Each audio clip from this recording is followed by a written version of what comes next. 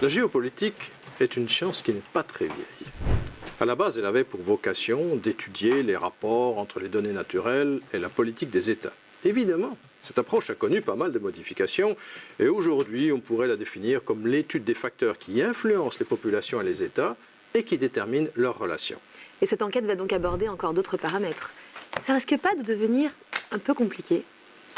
En apparence, on pourrait le penser, mais regarder l'histoire humaine sous un tout autre angle peut également nous permettre de simplifier le tableau et même nous donner quelques clés pour décrypter le futur. La géopolitique est une science née au 19e qui a connu diverses évolutions. Depuis l'école allemande qui voyait l'État comme un être vivant qui naît, grandit, atteint son plein développement, se dégrade et meurt, et en passant par l'influence philosophique d'Hegel, elle a même intégré des éléments du darwinisme social. On a évoqué tour à tour le besoin d'espace vital pour les États, la hiérarchie raciale des peuples, la puissance technologique, la puissance maritime et bien sûr la puissance commerciale.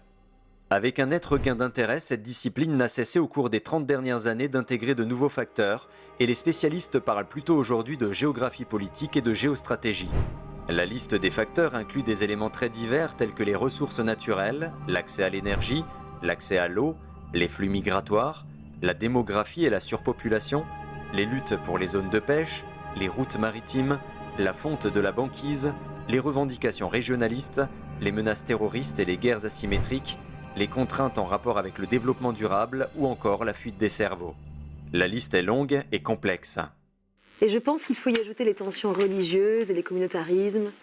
Absolument, et il y a aussi les changements naturels et les catastrophes comme les tremblements de terre ou le réchauffement climatique et même les accidents industriels qui restent totalement imprévisibles eux aussi, mais qui ont des répercussions très réelles.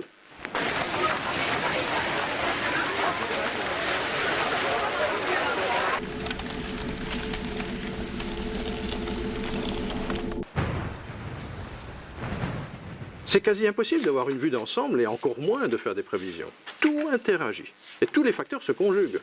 On est forcé de reconnaître qu'on ne sait pas comment tous ces éléments vont additionner leurs effets pour façonner le monde de demain. Ces analyses sont donc utiles pour décrire et comprendre, enfin dans certaines limites, mais insuffisantes pour espérer prévoir ce qui va se passer? Exactement.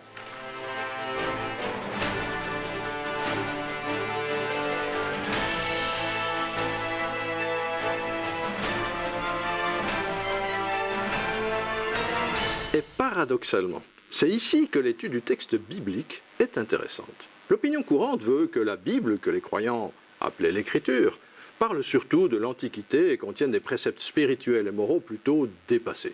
Et pour l'homme de la rue, c'est juste un livre de religion qui n'a rien à voir avec l'actualité mondiale. Grave erreur. On a des exemples? Absolument, et c'est le cœur de notre enquête. Mais juste pour donner une idée, laissez-moi citer d'abord une annonce prophétique qui tient dans la Bible en une phrase.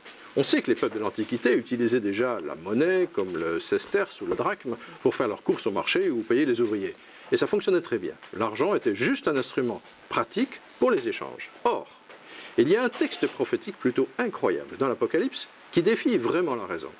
Ce très vieux texte a annoncé que les échanges commerciaux allaient un jour tenir une place centrale et que le contrôle du commerce allait mener l'humanité à accepter un contrôle absolu.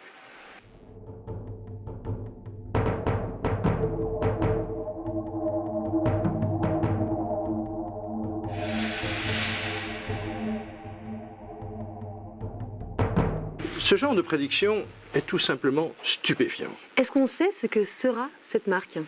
Alors certains ont pensé aux fameuses puces électroniques qu'on peut implanter dans le corps humain à différents endroits, d'autres évoquent certaines nanotechnologies. En fait, il n'y a que des suppositions. Par contre, ce simple exemple montre qu'il y a dans la Bible des prédictions totalement inattendues, faites des millénaires à l'avance et qui peuvent concerner carrément des nations entières. Ici, il s'agit explicitement, ni plus ni moins, que de l'économie mondiale. C'est vrai que s'il y a une époque qui parle d'économie mondiale et de régulation tous les jours, c'est bien la nôtre. Absolument. Rendez-vous compte que ce texte a été écrit il y a 2000 ans, à l'époque romaine. Ça devait paraître du délire total à ceux qui le lisaient. Pourtant, c'est écrit. Aujourd'hui, on a la crise de la dette, des problèmes de parité monétaire, le capitalisme financier qui apparaît comme une sorte de monstre que nos dirigeants essaient de dompter. C'est vrai qu'à l'époque romaine, c'était complètement incompréhensible. Et notez qu'aucun autre écrit au monde, en dehors de la Bible, n'a fait ce genre de prédiction. Ça commence très fort. Effectivement, ça fait réfléchir. On entend souvent parler de prophétie, je pense au calendrier Maya qui devait annoncer la fin du monde. Mais on parle assez peu finalement des textes bibliques eux-mêmes ou des prophéties bibliques. Est-ce qu'il y a une raison? Alors, je dirais que j'en vois au moins deux. D'abord le fait que nous vivons dans une société de spectacle. Il faut du rapide, du spectaculaire, de l'émotionnel, sinon ça ne retient pas l'attention. Puis ensuite, je dirais que l'étude de la prophétie demande des efforts. Il faut lire les textes sérieusement et ensuite s'intéresser de près à l'histoire. Est-ce qu'on peut dire que l'étude de la prophétie relève davantage de la science que de l'ésotérisme? Évidemment, l'étude du texte est un véritable travail de spécialiste. C'est tout comme l'histoire. On peut d'ailleurs faire des découvertes, on peut aussi commettre des erreurs. Mais c'est un sujet d'étude et non pas une sorte de divination. Ensuite, il faut faire attention aux mots. La prophétie, ce n'est pas la prédiction. La nuance est importante. Les prophètes dans la Bible reçoivent la parole de Dieu. Je crois que ça n'est pas seulement des prévisions pour l'avenir, c'est aussi des éclaircissements, c'est aussi par exemple des avertissements. C'est une analyse de la situation. Ce que la Bible nous présente est tout à fait singulier. D'une part parce que le prophète semble être quelqu'un de marginal en général, puisqu'il ne va pas dans le sens du politiquement correct.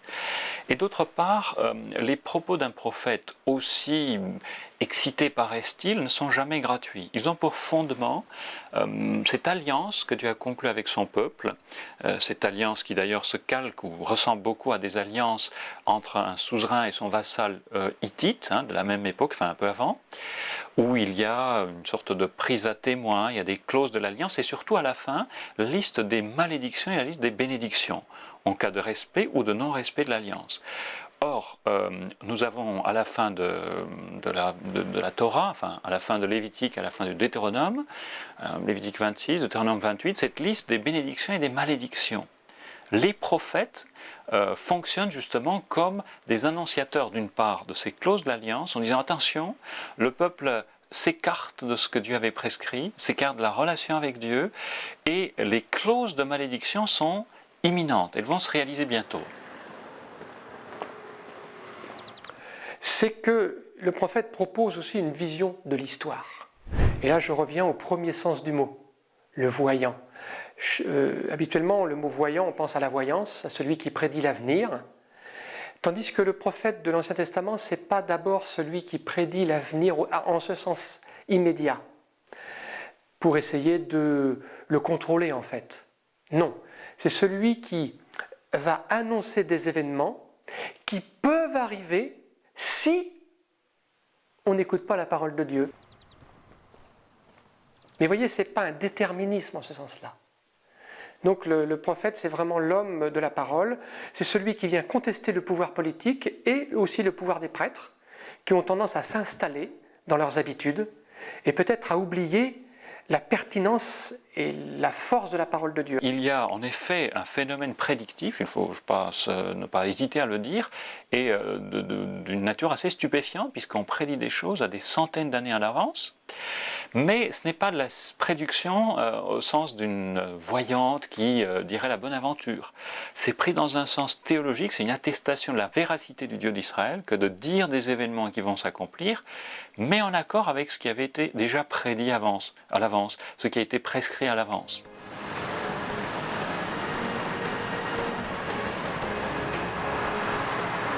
Au siècle passé, aucun devin n'a prédit ni la Première ni la Seconde Guerre mondiale. Les augures japonais n'ont pas vu venir la bombe atomique. Et les voyants allemands n'ont jamais lancé d'avertissement sur les dangers du nazisme. C'est vrai que ce n'est pas le genre de prévision qu'on trouve dans les horoscopes. Et même les voyants attitrés des chefs d'État ne semblent pas avoir vu grand-chose. Ces dernières années, par exemple, je n'ai vu personne qui aurait prédit le 11 septembre, le tsunami au Japon avec l'explosion de la centrale de Fukushima, le tremblement de terre à Haïti, pas plus que le printemps arabe, ou les événements de Côte d'Ivoire, et je pense encore aux résultats des prochaines élections.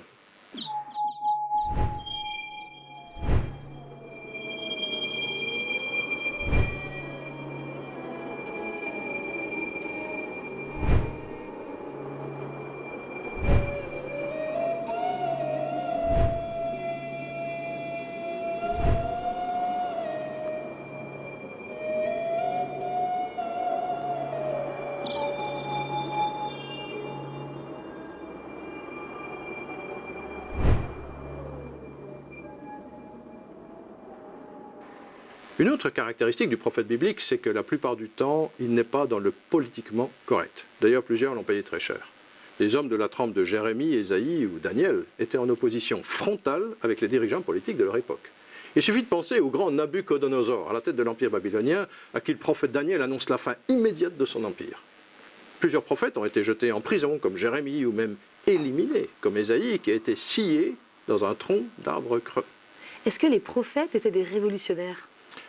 Non, pas du tout. Il révélait juste au peuple et aux dirigeants quel était le regard de Dieu, et il les avertissait des conséquences de leur choix.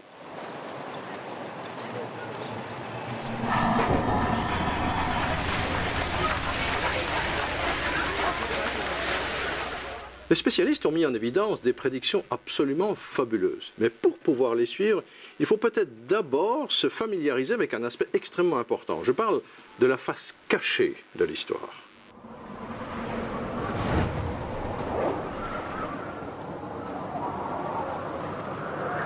Sous la surface, et s'étendant sur des milliers de kilomètres, d'immenses masses d'eau sont charriées par les courants marins.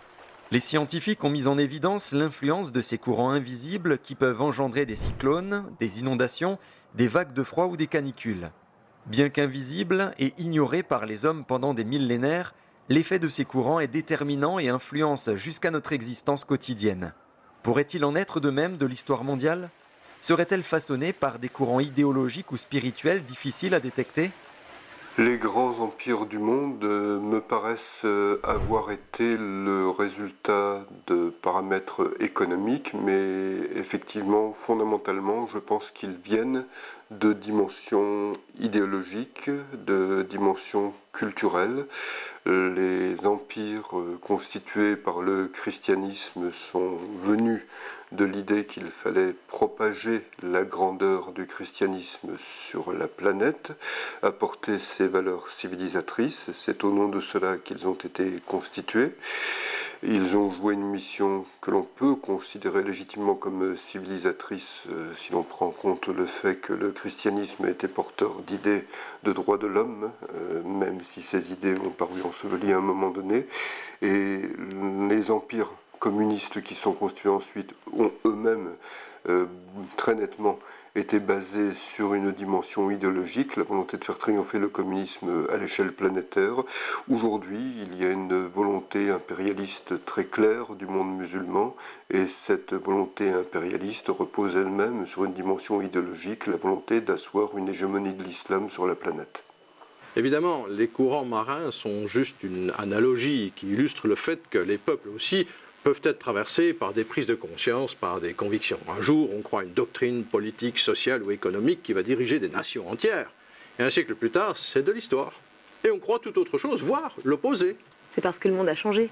Oui, mais qu'est-ce qui a changé ?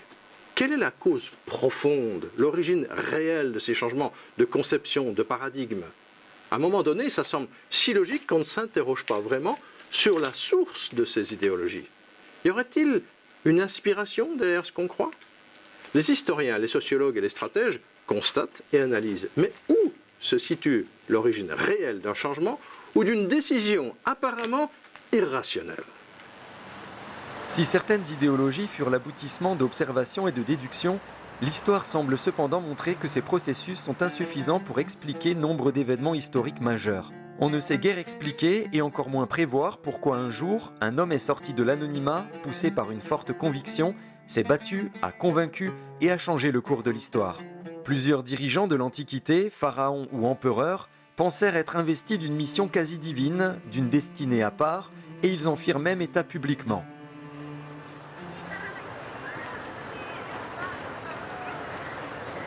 Dans l'Antiquité, le quotidien était imprégné de superstitions, de magie, de religiosité. Les cultes aux dieux et la divination étaient partout. Et ça paraissait normal, et même incontournable. C'était normal de consulter un augure avant de livrer bataille ou de prendre une décision importante. Quand on voit le nombre de temples, de statues, de prêtres, de prêtresses de toutes sortes chez les Grecs ou chez les Romains, c'est vrai que ça devait tenir une certaine place. Mais, à notre époque, on se considère plutôt comme libéré de toutes ces superstitions. Et nos décisions sont censées être uniquement le résultat d'éléments rationnels. Certaines questions interrogent cependant toujours les historiens. Y a-t-il eu des éléments irrationnels qui ont poussé Adolf Hitler à se croire investi d'une mission quasi divine, à croire au destin de la Grande Allemagne et en une race supérieure? Le traité de fou ou de psychopathe ne répond pas réellement à la question. Et cette question en entraîne une autre, encore plus dérangeante. Quel type de conviction conduisit des millions d'Allemands à l'écouter? Et non seulement à l'écouter, mais à lui obéir, à déclencher une guerre mondiale et à mettre sur pied le plus grand génocide de l'histoire. Ce genre d'impulsion, de conviction n'est pas accessoire ou marginal, mais bien un élément majeur et effrayant de l'histoire humaine. Dans le cas d'Hitler, ces convictions entraînèrent l'humanité dans une tuerie généralisée et sans précédent. Et la même question revient concernant Mao, Staline, Pol Pot, Napoléon et quantité de dirigeants marquants du passé et actuel. On a même aujourd'hui des présidents qui se sentent investis d'une véritable mission. Alors, c'est justement ici, dans ce domaine qu'on qualifie d'irrationnel, que la Bible a beaucoup de choses à dire. Je conviens que ce n'est pas très conventionnel, mais c'est réellement très intéressant. Je suppose que vous allez approfondir. Tout à fait, mais pour comprendre la dimension, la portée de la prophétie au sens biblique du terme, il ne faut pas avoir peur d'oser revisiter l'histoire. Et si on retournait aux origines, à la très haute Antiquité, à partir des éléments que la Bible elle-même nous fournit?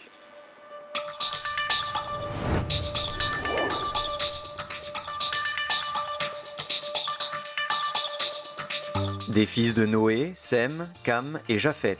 Les fils de Japheth furent Gomer, Magog, Madaï, Yavan, Toubal, Méchec et Tiras. Les fils de Cam furent Couch, Mitzraïm, Pout et Canaan. Couch engendra aussi Nimrod. C'est lui qui commença à être puissant sur la terre. Il fut un vaillant chasseur devant l'Éternel. Il régna d'abord sur Babel, Érec, Akkad et Calné.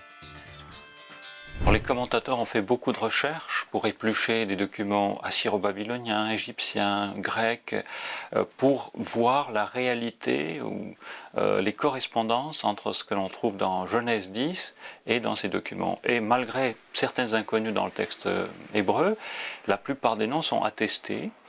Par exemple, Iapétos, le Japheth biblique, est le père de Prométhée, créateur de l'humanité selon les légendes grecques. Gomorrhe, qui est cité donc dans Genèse 10, c'est Gimmirou dans les textes assyriens à partir de 720, ce sont les Cimériens, etc. À partir de ces des trois fils de Noé, on va avoir leurs descendants, une descendance.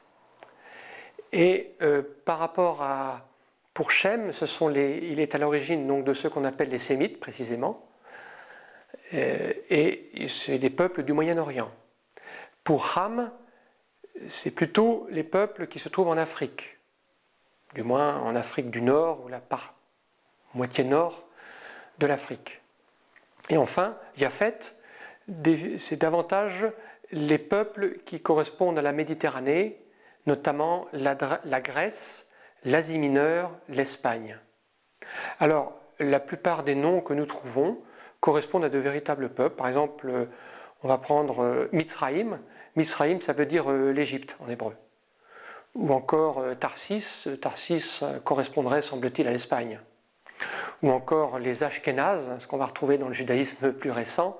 Mais il semble que ce soit un des peuples de l'Asie mineure, peut-être les Scythes, etc.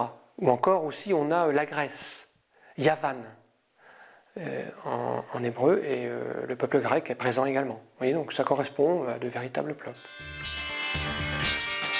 Le texte mentionne les noms précis d'hommes qui vécurent, eurent des enfants, engendrèrent des clans qui devinrent des nations. Le texte mentionne Gomère, qu'Hérodote, historien de l'Antiquité, situe au-delà du Caucase, correspondant approximativement à la Russie actuelle. Magog, que les spécialistes identifient aux Lydiens sur la côte ouest de l'actuelle Turquie, Madaï, qui devint la Médie, Yavan, désigne les Ioniens, ancêtres des Grecs, Tiras, qui a été identifié aux Turéniens, les Étrusques de l'Italie, puis les fils de Cam, peuple sédentaire, furent Couch, père des Éthiopiens, Mitzraïm, nom toujours donné à l'Égypte, Pout, ancêtre des Libyens, et Canaan puis Sem, ancêtre des Sémites. Élam, père des Perses et de l'Iran actuel, Achour et Aram, père des Syriens, et enfin les ancêtres d'Abraham, le grand patriarche biblique. Savez-vous qu'aujourd'hui, il n'existe aucun autre texte qui nous décrive l'origine de l'humanité en dehors de la Bible? Je sais qu'il y a pas mal de légendes antiques avec des héros, des dieux et des épopées fantastiques, mais je suis frappée que le texte biblique mentionne autant de noms précis d'ancêtres des peuples. Les chercheurs ont mis en lumière des légendes sumériennes, égyptiennes, grecques, indiennes, chinoises ou étrusques. Ils ont décrypté les récits de batailles fantastiques, de mariages entre dieux et déesses et autres, mais ils n'ont trouvé aucune trace qui corrobore le moindre de ces événements fantastiques. Aucun vestige d'habitation ou de bataille sur l'Olympe, aucune trace laissée par Jason ou Achille. Le récit de la Genèse concernant les origines demeure un texte unique au monde qui relate des faits, des noms, des lignées, des lieux, lignées qui se perpétuent et qui ont été attestées par les historiens. Il en découle, contrairement à l'idée communément admise, que le texte biblique n'est pas à situer dans le registre des légendes, mais bien dans celui de l'histoire. Les archéologues, les scientifiques ont donc retrouvé des lieux cités dans la Bible et datant de l'Antiquité. Exactement. Et ce que beaucoup de gens ignorent, c'est qu'il ne s'agit pas d'un ou deux vestiges isolés, mais beaucoup de lieux mentionnés ont été attestés par l'archéologie ou par les écrits historiques des peuples avoisinants. Exemple classique souvent cité par les spécialistes, la ville de Ninive n'était connue que par la Bible, qui la décrivait comme une grande cité. N'ayant aucune trace historique de son existence, les historiens la rangèrent au rang des cités imaginaires, et Voltaire lui-même se moqua de la Bible et de la cité imaginaire de Ninive. Il expliquait que si elle avait réellement existé, et si elle était si grande que le disait la Bible, on aurait dû la trouver. Ce n'est qu'en 1850, après des siècles de disparition totale, que l'archéologue anglais Austen Henry Layard fit la découverte extraordinaire du palais de Sennachérib. Il découvrit également une partie de la bibliothèque d'Assurbanipal, impressionnante collection d'écrits de 22 000 tablettes écrites en cunéiforme, un patrimoine considérable. Il s'agissait effectivement de la Grande Ninive, capitale de l'Empire assyrien, empire mentionné dans la Bible, mais dont toute trace avait été perdue. Il y a eu un énorme travail des archéologues et des spécialistes du texte de la Bible. Et grâce à ce travail de fourmi, on se rend beaucoup mieux compte aujourd'hui de la réalité historique de ces peuples cités dans la Bible. D'accord, je comprends. Mais alors quel rapport avec la géopolitique? Pourquoi cette incursion dans la table des nations est-elle si importante? Alors il faut préciser que cette liste des nations, ce n'est pas simplement une sorte de notice ethnographique, puisque les regroupements sont faits à double titre. D'abord pour montrer des liens entre les humains, montrer qu'ils descendent d'un seul, et en même temps marquer des liens plus étroits entre certaines populations, comme entre les Hébreux et les Ammonites et les Moabites d'une part, et d'autre part pour montrer un choix de Dieu.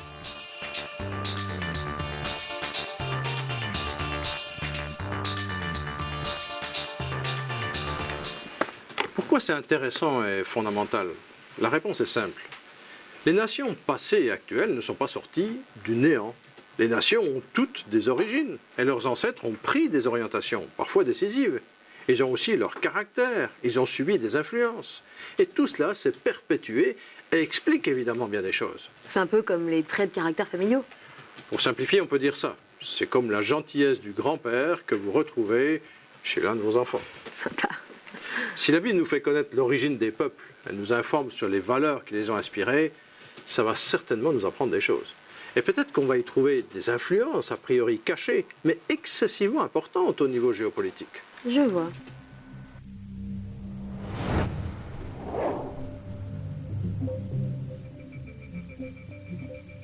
À quelle époque sommes-nous? On ne sait pas avec précision. Certains pensent que ça s'est passé vers 3000 avant Jésus-Christ, d'autres montent encore quelques siècles en arrière, vers le milieu du néolithique.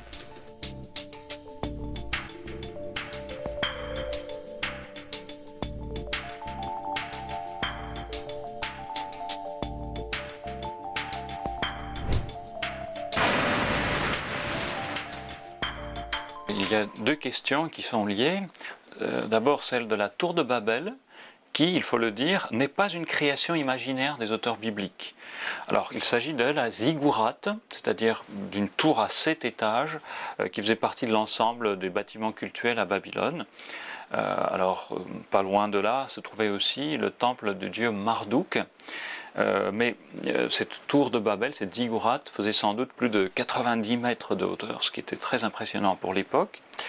Et son nom était Entemen-Anki, qui veut dire temple du fondement du ciel et de la terre. L'épisode de la tour de Babel et d'un langage unique n'est donc pas un mythe?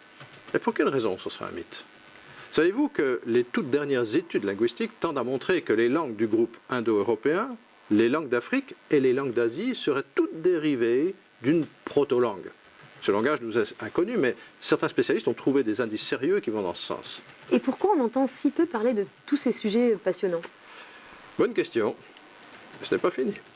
En passant à un autre détail relevé par les biblistes, la double signification du nom Babel.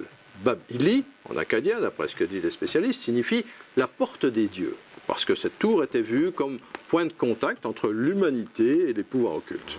Et puis Babel signifie également, dans le texte biblique, confusion. Les commentateurs expliquent qu'il y a eu la confusion des langues, mais également que Babel est à l'origine de la confusion, cette façon de mêler mensonges et demi-vérités pour mieux manipuler les foules.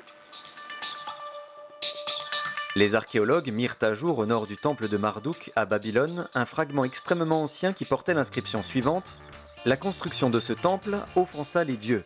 En une nuit, ils abattirent ce qui avait été construit, ils les dispersèrent et rendirent leur langage étrange, ils entravèrent la progression de l'ouvrage. » Cette découverte confirma le récit biblique de cet épisode étrange. Il confirma également le fait historique majeur de la dispersion de la population sur la face de la terre, comme faisant suite à cet événement de la haute antiquité. Et comme on l'a vu, le texte de la Genèse précise que c'est Nimrod qui a fait construire Babel, et aussi qu'il commença à être puissant sur la terre, dit le texte. On peut donc supposer qu'il avait une très grande influence et qu'il avait réuni beaucoup de monde autour de lui. Le même texte nous apprend qu'il a aussi fondé Ninive, qui deviendra la capitale d'un autre empire, l'empire assyrien. On a des traces de ce personnage en dehors de la Bible? Pas vraiment. Les archéologues ont mis au jour en Irak les ruines d'une ville appelée Nimrud, mais il est possible que ce nom lui ait été donné tardivement. Nimrod est également mentionné dans la littérature arabe et persane.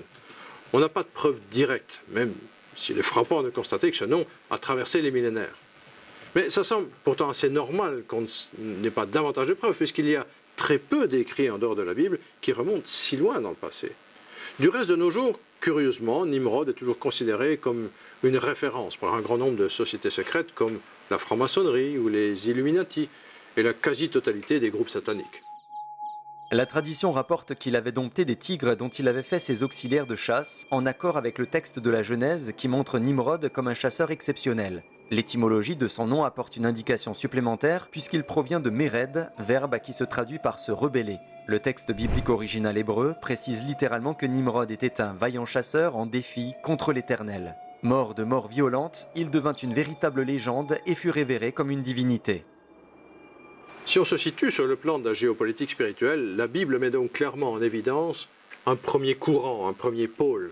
Est-ce que ce n'est pas un peu ésotérique et finalement très marginal?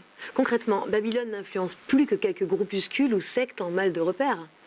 C'est là le problème, c'est qu'on pense que tout cela ne concerne qu'une époque révolue appartenant à la haute antiquité. Mais c'est oublier l'histoire. Depuis ce tout premier empire jusqu'à son descendant moderne, l'Irak, Babylone a joué un rôle majeur dans l'histoire humaine. Nous y reviendrons. Quant au côté occulte de Babylone, il imprègne tellement notre quotidien qu'on en est quasiment inconscient. C'est par exemple l'astrologie, l'horoscope, le zodiaque, qui sont présents partout. Ce qui est plutôt d'ailleurs surprenant dans une société high-tech, rationnelle, comme la nôtre.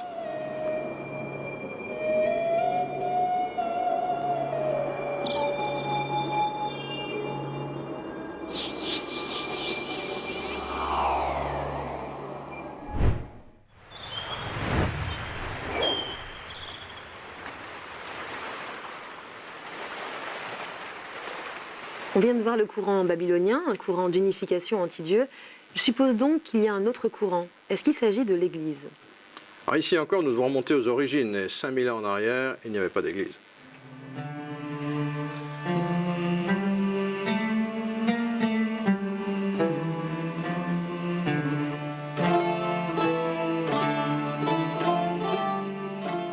Le choix de Dieu ne s'opère pas selon la logique humaine. Dans le Proche-Orient ancien, c'est toujours l'aîné qui hérite normalement. Or, c'est pratiquement jamais le cas avec les descendants d'Abraham. C'est Isaac et non pas Ismaël qui est, selon l'ordre naturel, l'aîné. Ce n'est pas Ésaü, mais c'est Jacob, etc. etc. Et donc, cette fonction particulière que de révéler Dieu au monde s'accompagne d'une pédagogie de Dieu. Dieu met ce peuple à part par des règles matrimoniales, par des coutumes alimentaires, par des lois très particulières qui se mettent en place. Et donc cette fonction qui est énoncée dès le départ avec Abraham, toutes les nations de la terre seront bénies en toi, va être révélée, amplifiée et manifestée jusqu'à y compris dans le Nouveau Testament. On arrive donc à la lignée d'Abraham, son fils Isaac et son petit-fils Jacob, qui va être surnommé Israël. Et Israël est devenu un peuple du même nom. On est obligé d'admettre que ce petit peuple a une histoire vraiment singulière, totalement distincte des peuples voisins ou des nations qui l'ont précédé. Il est venu à l'existence suite à une succession de révélations, de phénomènes surnaturels, avec la mission de faire connaître au monde entier les termes de l'alliance divine. Et c'est l'origine de la Bible. Exact. C'est cette lignée des descendants de Jacob qui va donner la Bible à l'humanité. D'ailleurs, là aussi, c'est très spécial parce que les auteurs de la Bible sont des gens très disparates à première vue. On a par exemple un vrai chef d'État, Moïse, qui a vécu la sortie d'Égypte, les 10 commandements, etc. Moïse qui est certainement un des auteurs les plus connus, les plus populaires. Mais on a aussi des chroniqueurs qui mettent par écrit l'histoire du peuple. On a des rois comme David ou Salomon qui ont des règnes relativement longs d'une quarantaine d'années. Il y a des gouverneurs, des bergers, des poètes, des prophètes, des pêcheurs de poissons, un percepteur, un rabbin, un médecin, etc. Oui, c'est plutôt disparate. Absolument. Et tous ces gens ont été saisis à un moment donné par une impulsion intérieure qui les a menés à jouer un rôle dans la rédaction de la Bible. En fait, on dit la Bible, mais c'est donc plutôt une collection d'écrits qui ont été reliés ensemble. Oui et non. Et c'est ici que c'est étrange et surnaturel. Entre la rédaction des premières et des dernières pages, il s'est écoulé en gros 15 siècles. Donc des époques, des cultures, des langues qui sont très différentes. En un siècle, le monde change, mais en 1500 ans.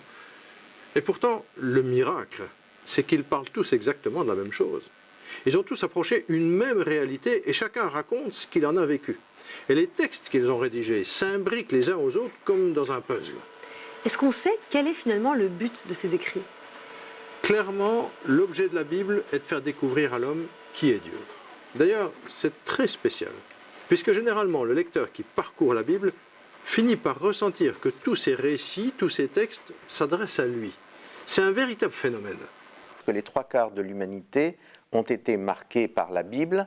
Le drame qui se joue autour du peuple juif et d'Israël jusqu'à présent, il est là. Il est dans le fait que tout le monde voit Israël, tout le monde voit le peuple juif, tout le monde sait qu'il y a le phénomène Bible, et ensuite tout le monde est désemparé devant cela. Très peu de gens sont capables de dominer ce phénomène et d'avoir une idée claire de ce que la Bible peut signifier pour eux.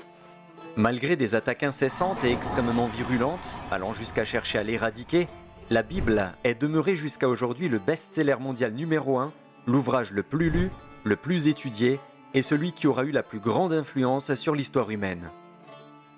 Et l'Église alors? Alors l'Église, c'est évidemment après la venue de Jésus à l'époque romaine, il y a 2000 ans. En fait, Jésus est juif. On connaît même précisément sa lignée. C'est un descendant de Juda, l'une des 12 tribus d'Israël. Yeshua, c'est son nom hébreu, est donc né dans une petite bourgade à Bethléem, et sa vie a d'ailleurs aussi été l'accomplissement de prophéties, prédictions très précises. Son message concernait le dernier volet de l'alliance divine avec l'humanité. On appelle ça le Nouveau Testament. Il y a donc une continuité avec les écrits bibliques précédents. Absolument. Les croyants disent que c'est un peu comme si on avait construit un immense édifice, un bâtiment monumental, discrètement, morceau par morceau, pendant des siècles. Puis quelqu'un arrive avec la clé, on ouvre et on découvre à l'intérieur de quelque chose de gigantesque. Mais pour en revenir à la géopolitique, le monde entier n'est pas obligatoirement contre les Juifs et pour Babylone, ou l'inverse. Il y a aussi des pays bouddhistes, des pays chrétiens, musulmans, animistes et des nations qui se déclarent athées. Vous avez raison, il y a même en réalité des milliers de religions. Mais ce que disent les commentateurs, c'est que chaque individu a toujours un positionnement spirituel à l'égard du Créateur, et que c'est au-delà d'une pratique religieuse. Donc il n'y a pas obligatoirement de lien entre les influences antiques, que vous appelez les courants spirituels, et la religion officielle ou majoritaire d'un pays? Évidemment. Encore une question. Est-ce que, selon votre enquête, la Bible suggérerait finalement que chaque destin individuel est tout tracé selon qu'on est né dans tel ou tel pays? Les théologiens disent que chacun est influencé par son environnement, sa famille, ses ancêtres, la culture environnante, etc. Mais que cet environnement n'enlève rien à la liberté fondamentale. raison pour laquelle la Bible en appelle toujours à la conscience individuelle. Je vois.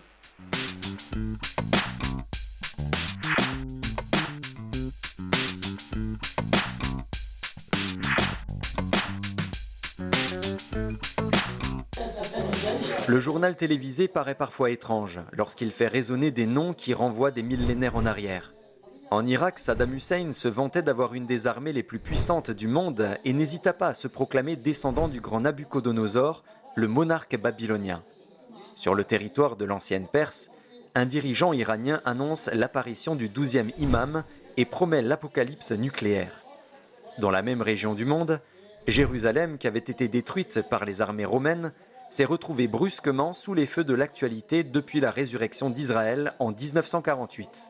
Est-ce que certaines figures de l'Antiquité seraient en train de revenir nous hanter ? Et on peut ajouter le printemps arabe de 2011, avec l'influence de l'islam, qui est bien une influence spirituelle, et avec les peuples arabes, qui sont descendants d'Ismaël, un autre fils d'Abraham. D'ailleurs, on appelait autrefois ismaélites ceux qu'on désigne aujourd'hui comme arabes. Vous voyez que les références spirituelles et bibliques sont partout. Notre époque apparaît comme celle des préjugés négatifs sur les concepts et les repères spirituels de la Bible. La plupart considèrent ces notions comme irrationnelles, n'ayant rien à faire dans l'analyse géopolitique, au moment où d'autres tentent d'intégrer de nouveaux paramètres, comme la géopolitique des émotions ou l'influence des religions. S'il est devenu commun de se moquer de George W. Bush et de son fameux axe du mal, concept pour le moins simpliste et démagogique, l'histoire semble toutefois inviter l'observateur attentif à regarder au-delà des analyses classiques et à réfléchir à d'autres influences qui pourraient sous-tendre les agissements de nos dirigeants actuels.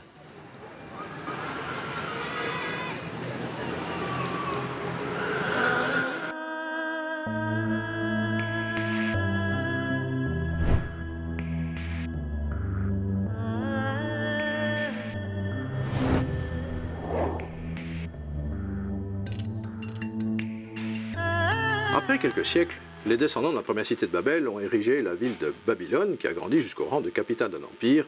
Et il faut être conscient que cet empire a dirigé une grande partie du monde habité lorsqu'il était à son apogée vers 560 avant Jésus-Christ, sous la direction du grand Nabuchodonosor. Mais revenons environ un siècle avant, bien avant cette époque prestigieuse pour Babylone. Nabuchodonosor a commencé son règne à quelle époque ? Une quarantaine d'années plus tôt. Les historiens datent son accession au trône en 605 avant Jésus-Christ. Plus d'un siècle avant Nabuchodonosor, alors que les Assyriens dominaient le Moyen-Orient, apparut en Israël un prophète à la stature impressionnante, un homme de Dieu comme on les appelait alors, le fameux prophète Ésaïe. Son ministère s'étendit sur plusieurs décennies. Isaïe est un prophète qui a vécu en Judée, c'est-à-dire le sud de la Terre Sainte, la capitale étant Jérusalem, à une époque d'invasion de grandes puissances politiques et militaires. Là, c'était les Assyriens, dont la capitale était Nénive, au nord de l'Irak actuel. Ça s'est passé autour des années 700, avant Jésus-Christ. Un peu avant, un peu après. Au temps des deux rois, Akaz et Ézéchias, son fils. La situation politique et sociale en Israël était très sombre. Depuis plusieurs dizaines d'années, les rois se succédaient, mais le pays allait mal. Des guerres incessantes avec les voisins, des rivalités internes, des luttes de succession auxquelles s'ajoutaient des fléaux apparemment naturels, comme la terrible sécheresse qui décimait hommes et troupeaux. À l'exception de quelques individus qui vivaient à contre-courant, le peuple avait choisi de vivre dans le paganisme et le culte des idoles. Il était ce qu'on appelle un prophète de cour, c'est-à-dire qu'il faisait partie des proches du roi. En fait, il faisait partie de ses conseillers, peut-être même de son conseil en tant que tel, ou du moins conseiller au sens large. C'était un homme d'influence,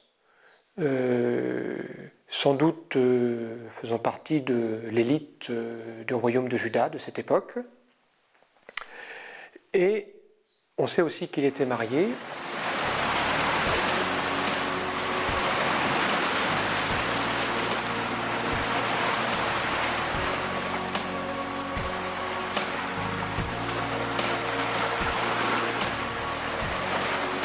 La première fois qu'on le voit apparaître dans le livre d'Isaïe, au chapitre 6 et 7, alors d'abord au chapitre 6, il intervient dans le temps, il a une vision dans le temple, il a une vision de Dieu, et puis ensuite au chapitre 7, il intervient auprès du roi Akaz.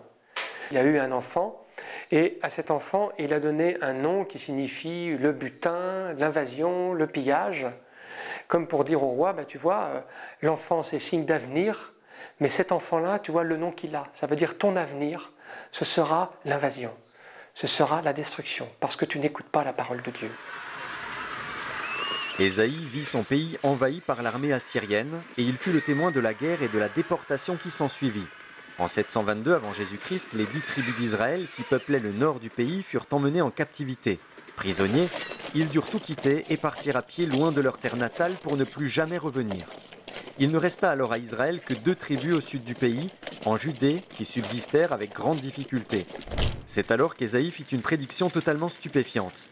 Il déclara que Babylone viendrait châtier les tribus restantes d'Israël et que Babylone serait à son tour un jour abaissée et même complètement détruite et abandonnée à un point inimaginable. Quand on regarde l'histoire, c'est vraiment impressionnant parce que quand Ésaïe fait cette prédiction, elle écrit noir sur blanc, c'est l'empire assyrien qui domine.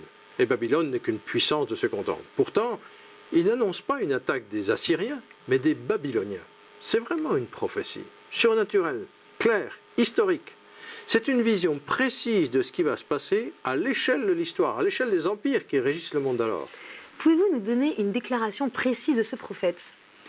En 40 ans de ministère, il y en a eu plusieurs. En voici 2 parmi d'autres au chapitre 13 et 39 du livre d'Ésaïe.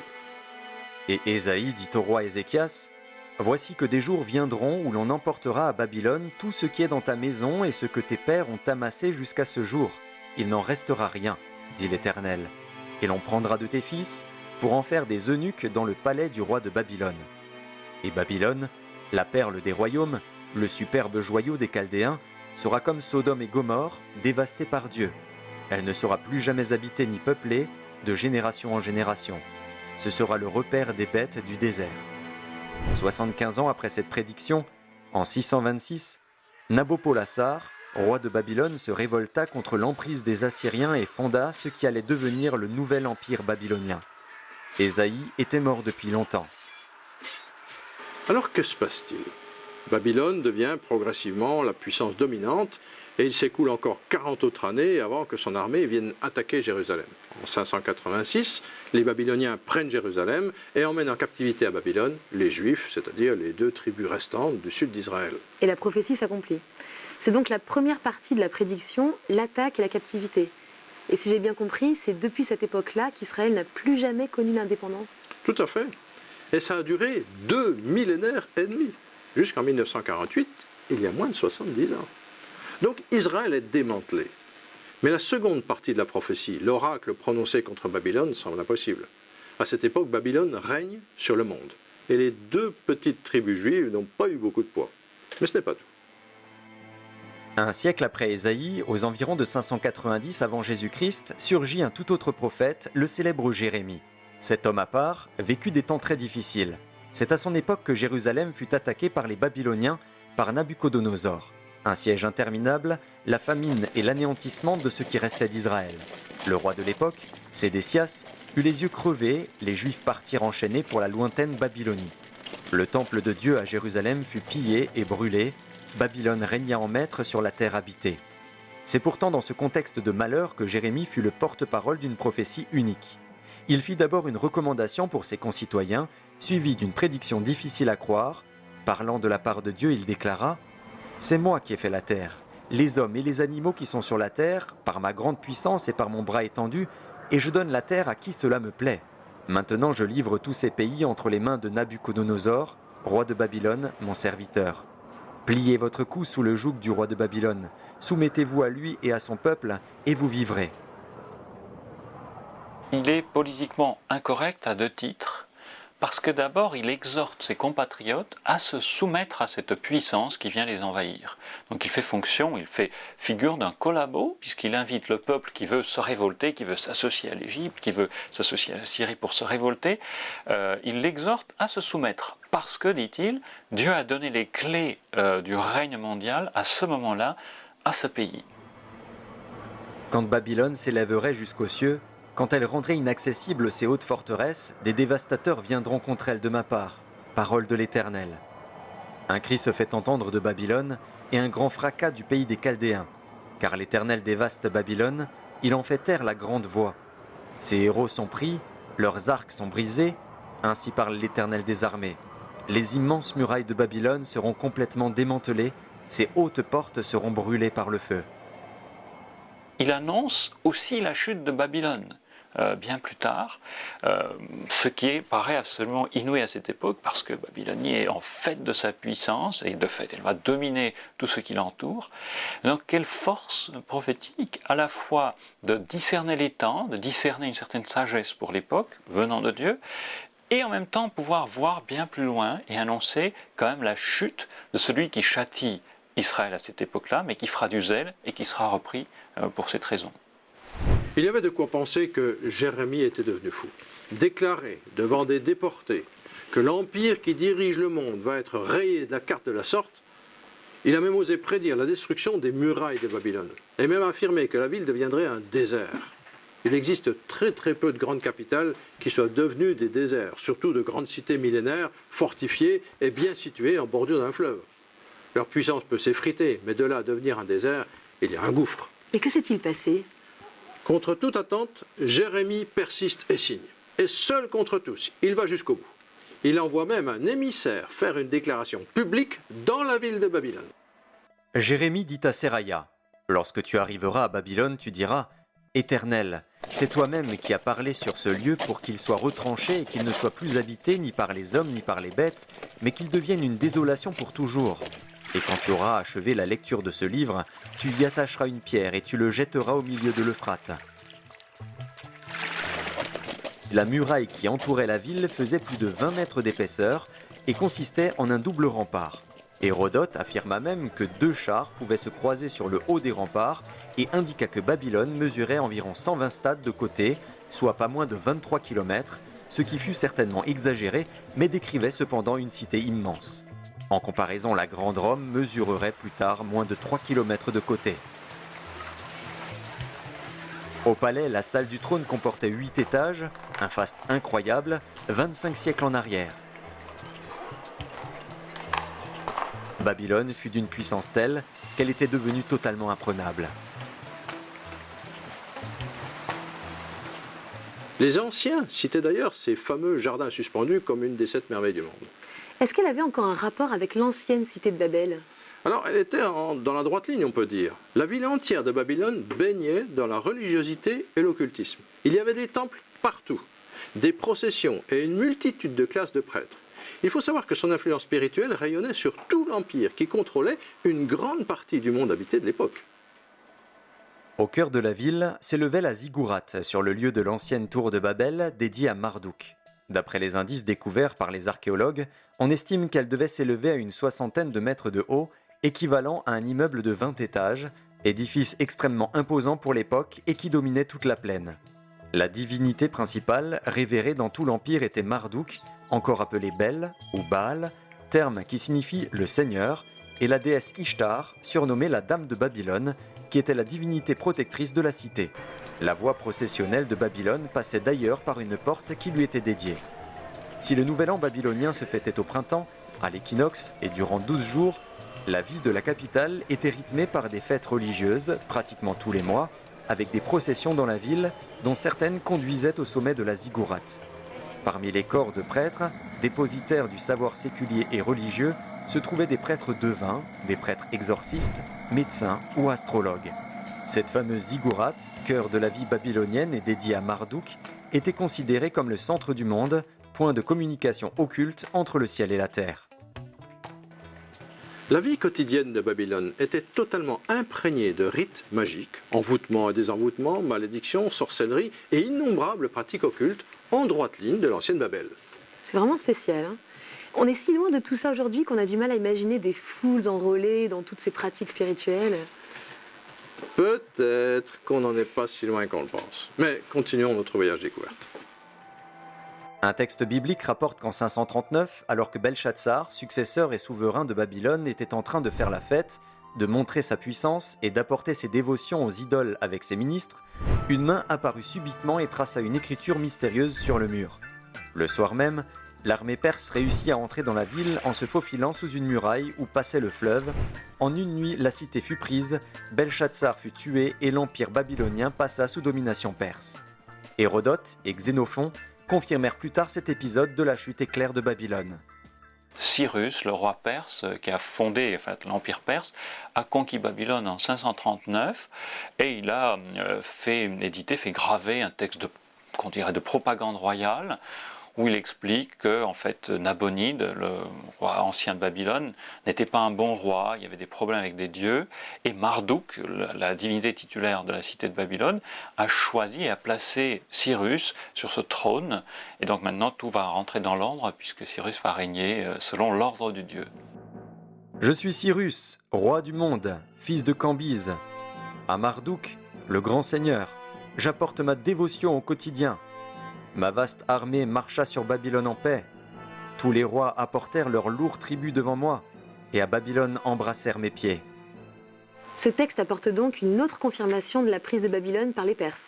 Absolument. Et de plus, le ton de ce texte confirme bien qu'il n'y a pas eu de guerre féroce et de massacre, mais que Babylone a été prise en douceur, si on peut dire.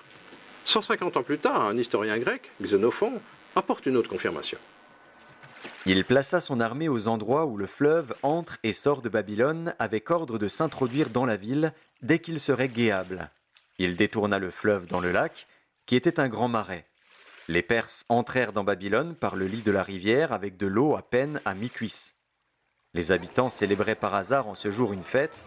Ils ne s'occupaient que de danse et de plaisir. Je suppose que l'histoire ne s'arrête pas là. Exact. Mais une ville de la taille et de la puissance de Babylone peut-elle réellement disparaître? Babylone n'accepte pas son destin, et on sait même qu'à 2 reprises, vers 520, la ville s'est révoltée contre l'envahisseur. La cité déclina, les années passèrent, mais Babylone, même amoindrie, semblait éternelle. 2 siècles plus tard, la face de la terre changea. L'empire grec succéda aux Perses et Alexandre le Grand conquit Babylone. Il eut même le projet de la restaurer et de faire de Babylone sa capitale.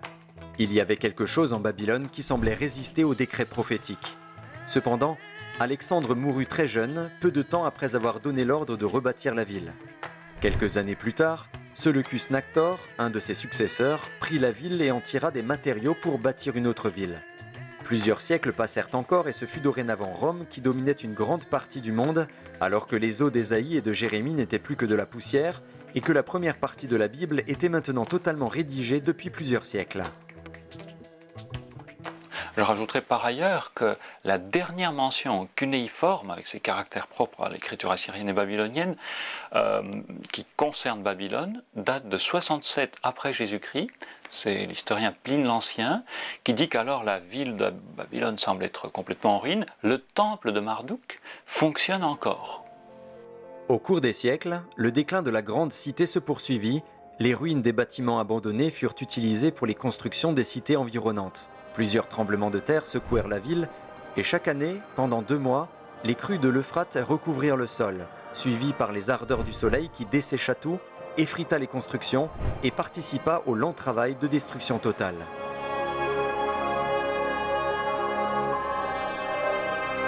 Le résultat est impressionnant. Aujourd'hui, Babylone, ancienne capitale mondiale, n'est plus qu'une contrée désertique, un désert. Des ruines qui s'étendent sur des kilomètres de désolation. Et où sont ces dizaines de kilomètres de murailles impressionnantes?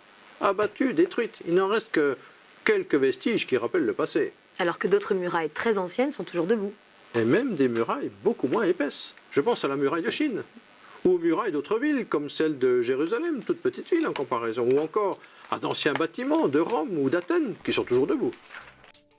Dans un passé récent, Saddam Hussein, qui s'était autoproclamé successeur de Nabuchodonosor, souhaita lui aussi restaurer la ville, au moins en partie.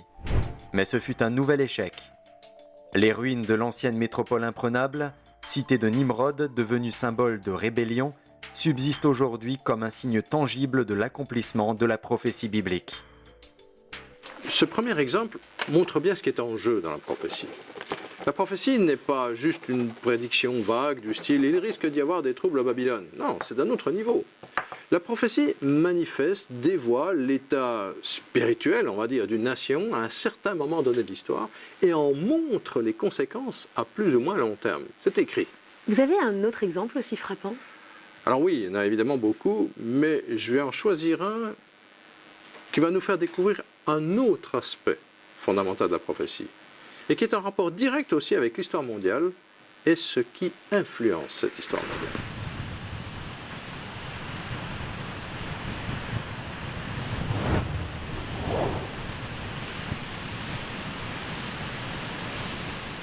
Remontons à nouveau le cours de l'histoire et intéressons-nous à une autre prophétie vraiment extraordinaire.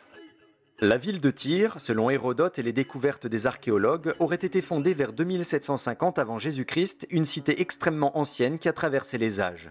Tyr fut dans l'Antiquité un port, d'abord établi sur le continent puis déplacé sur un îlot rocheux, mieux protégé contre les envahisseurs. La partie continentale de la ville, en bord de mer, exista parallèlement au port sur l'île voisine. La Bible mentionne Tyr vers l'an 1000 avant Jésus-Christ comme fournisseur de matériaux pour la construction du temple de Jérusalem par le roi Salomon. Au cours des 2 siècles suivants, Tyr connut un essor considérable et devint le principal port de la Méditerranée au point d'être surnommée la Reine des mers. Il y a le commerce des Philistins qui bat son plein, et le chapitre 27 d'Ézéchiel est une étude littéraire stupéfiante parce que Ézéchiel semble être extrêmement bien documenté. Il mentionne plus de 30 nations qui commercent avec Tyr et on a presque une volonté exhaustive de mentionner tous les articles de commerce que Tyr utilisait. Ces commerçants sillonnaient la Grande Bleue et atteignirent même les côtes atlantiques. Leur influence fut telle qu'ils fondèrent des comptoirs et des colonies sur le pourtour méditerranéen, parmi lesquels il faut citer la Grande Carthage fondée vers 815 avant Jésus-Christ. À cette époque, Tyr connut une grande prospérité économique grâce aux produits de ses colonies et à sa propre industrie, comme celle du verre et de la pourpre. Le rayonnement de Tyr fut également culturel et les commerçants tyriens, en même temps que leurs marchandises, répandirent l'alphabet phénicien, alphabet légué plus tard aux Grecs, origine de notre alphabet actuel. Tyr pratiquait assidûment divers cultes aux divinités. La Bible rapporte que 150 ans plus tard, une certaine Jézabel, fille du roi de Tyr fortement engagée dans l'idolâtrie et la magie, épousa Akab, un roi corrompu d'Israël. Ensemble, ils incitèrent les Israélites à se détourner de Dieu, de l'Éternel et à pratiquer l'occultisme. D'après la mythologie, Europe était le nom de la fille du roi de Tyr. Est-ce qu'on sait pourquoi ce nom a été donné à notre continent? Pas précisément. Il faut savoir que dans la mythologie grecque, Europe était aussi nommée l'Astarté lunaire. Et quand on sait qu'Astarté était la même qu'Ishtar, encore appelée Aphrodite ou Vénus, bon, mais il faut quand même rester très prudent quant aux conclusions qu'on pourrait en tirer. Ok, alors contentons-nous de l'histoire. Exactement. Vers 724 avant Jésus-Christ, les Assyriens envahissent la région. La ville de Tyr, la partie côtière et le port, vont passer sous domination assyrienne, mais le commerce va continuer. Au siècle suivant, un autre prophète, Ézéchiel, fit une prophétie absolument unique dans l'histoire humaine. Il déclara « Car ainsi parle le Seigneur l'Éternel. Voici que j'amène à Tyr, venant du nord, Nabuchodonosor, roi de Babylone, roi des rois, avec chevaux, chars et cavaliers, une troupe et un peuple nombreux. Tes filles qui sont dans la campagne, il les tuera par l'épée. Il démolira tes tours avec ses machines. Des sabots de ses chevaux, il foulera toutes tes rues. Il tuera ton peuple par l'épée, il jettera à terre tes stèles colossales. On prendra tes richesses comme butin, on pillera tes marchandises, on abattra tes remparts, on démolira tes maisons luxueuses, on jettera à l'eau tes pierres, ton bois et ta poussière. Je ferai de toi un rocher nu, tu deviendras un séchoir à filets et tu ne seras plus rebâti, car moi, l'Éternel, j'ai parlé. » Nabuchodonosor vint effectivement assiéger la ville. Tyr, la ville côtière, protégée par une imposante muraille, subit un siège interminable de 13 longues années. Finalement, la cité côtière tomba, elle fut détruite et sa population dut se soumettre. On sait historiquement, par exemple Flavius Joseph, historien juif, qu'il y a eu en effet le siège de Tyr par Nabuchodonosor qui était extrêmement long et pénible. Ça a duré de 585 jusqu'à 572, 13 années de labeur. Et en fait, ça a épuisé l'armée du roi babylonien. La cité côtière tomba et la première partie de la prophétie se réalisa. Mais Tyr, la partie insulaire avec son double port et sa flotte puissante, occupait une telle position stratégique et existait depuis si longtemps que rien ne pouvait faire cesser son influence. La prophétie semblait irréalisable. 10 années passèrent, puis 20, la prophétie tomba dans l'oubli. Un siècle entier passa, puis un second. Tyr régnait sur les mers, faisait du commerce, adorait ses dieux, dont le célèbre Héraclès, fils de Zeus. Avec sa puissante flotte, des marins expérimentés et la protection des hauts fonds et des murailles, Tyr semblait imprenable, tout comme Babylone. Va-t-on assister à la même déchéance lente et la même fin que Babylone? Non, cette fois, c'est un scénario complètement surréaliste qui va se mettre en place. Les siècles passent et l'Empire babylonien fait place à la suprématie des Perses.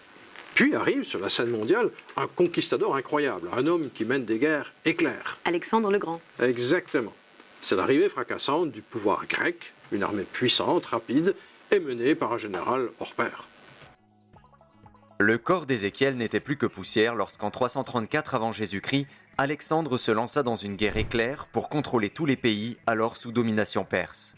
Ce général impétueux savait qu'il ne pourrait pas conquérir l'Égypte s'il ne neutralisait pas d'abord le port de Tyr, qui abritait à l'époque la plus grosse partie de la flotte perse. De plus, Alexandre, très superstitieux, voulait impérativement faire une offrande au dieu de Tyr, Héraclès, pour s'en attirer les faveurs. Cette double raison, stratégique et mystique, le poussa à l'offensive contre Tyr. Rapidement, il dut se rendre à l'évidence que la prise de l'île était quasiment impossible. À chaque tentative, son armée subissait de lourdes pertes. Dès qu'ils approchaient l'île, ils se faisaient bombarder depuis le haut des murailles par des masses de sable brûlant. Les Tyriens leur envoyaient des navires enflammés et des plongeurs attaquaient les bateaux qui s'approchaient. Alexandre eut alors une idée incroyable. Puisqu'il avait soumis la ville côtière, il donna l'ordre à son armée d'en abattre les bâtiments et d'utiliser les ruines, le matériau, le bois, les pierres et tout ce qu'il trouverait, de tout jeter à l'eau et d'en faire une digue jusqu'à l'île. Ce fut un travail de forçat. Il fallut jeter à la mer des tonnes de matériaux pour relier l'île à la terre par une digue de 800 mètres édifiée au milieu des eaux. Ce qu'ils faisaient le jour était détruit par les Tyriens la nuit. Plus ils avançaient, plus l'eau était profonde et il leur fallait des tonnes et des tonnes de gravats que le courant disloquait aussitôt. Ce fut une guerre sans merci entre l'empereur grec et la reine des mers, combat de titans. Après 7 mois de siège, en plein mois d'août de l'année 332 avant Jésus-Christ, Alexandre toucha au but. Sa digue permit enfin à son armée d'atteindre l'île. La bataille fut terrible. Un historien de premier plan qui vivait à Rome au 1er siècle avant Jésus-Christ relate en détail cette bataille terrible. Diodore de Sicile en fit le récit suivant. Alexandre abaissa sur le mur de la ville le pont volant de l'une des tours de bois. Il la traversa seul, défiant la fortune et bravant le désespoir des Tyriens. Il en vint aux mains avec les assiégés et tua les uns à coups de lance, les autres avec son épée. Le bélier, sur un autre point, renversait un pan de mur considérable. On compta plus de 7000 cadavres. Le roi vendit aux enchères les femmes et les enfants et fit prendre tous les jeunes gens au nombre d'au moins 2000. Quant aux prisonniers, il n'y en eut pas moins de 13 000. Alexandre a donc conquis l'île imprenable. Et il s'est empressé d'apporter son offrande au dieu Héraclès. Désormais, les Grecs ont la suprématie sur la mer et ils peuvent aller attaquer l'Égypte et les autres pays de la Méditerranée. C'est une histoire incroyable. Et rappelez-vous, la prophétie d'Ézéchiel, 240 ans avant, et qui précisait textuellement « On abattra tes murailles, on renversera tes maisons de plaisance et on jettera au milieu des eaux tes pierres, ton bois et ta poussière. » C'est vraiment impressionnant. Et même la géographie du Liban a changé, puisque l'île est devenue une presqu'île. Oui, l'ancienne île est aujourd'hui une avancée dans la mer.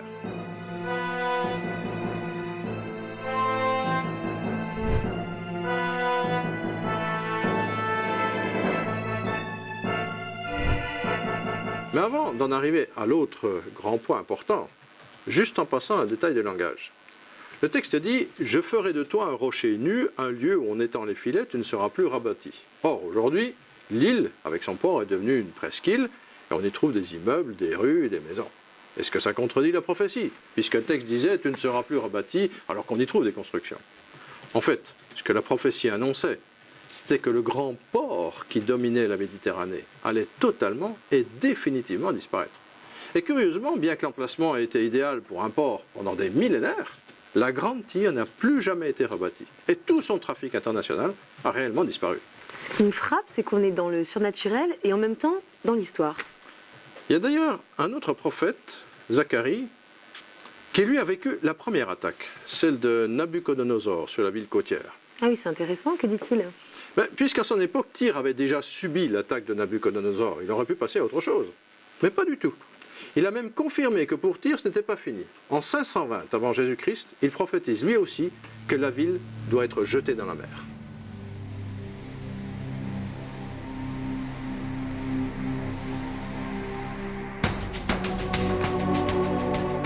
Il n'avait lui non plus aucun moyen de savoir ce qui allait se passer 200 ans plus tard. Exactement. En lisant le texte de plus près, on pourrait constater au contraire quelque chose d'assez stupéfiant, puisque au chapitre 26, il semble avoir non pas une, mais deux prophéties sur Tyr. D'abord, on nous mentionne donc le roi de Babylone qui va prendre Tyr, qui va en effet conquérir la ville, qui va entrer là-dedans. Mais ensuite, à partir du verset 12, l'interlocuteur change, ou plutôt la personne change, puisqu'on est au pluriel, il y a une sorte d'indéfini, on dit on pillera tes richesses, et on fera de toi un rocher nu, on jettera ta poussière au milieu d'eau. Alors que la première partie du texte mentionne nommément Nabuchodonosor et annonce qu'il va attaquer Tyr, la seconde partie utilise curieusement une autre forme verbale, forme indéfinie indiquée en hébreu par des verbes au pluriel. Cette deuxième moitié de la prophétie ne fait plus aucune mention du souverain babylonien, mais juste d'une autre puissance conquérante qui va détruire la ville en la jetant à la mer. Si Ézéchiel pouvait éventuellement imaginer une attaque de Tyr par les Babyloniens, il lui était cependant totalement impossible de prévoir le scénario d'un autre assaillant qui allait inventer un tel plan unique dans l'histoire humaine.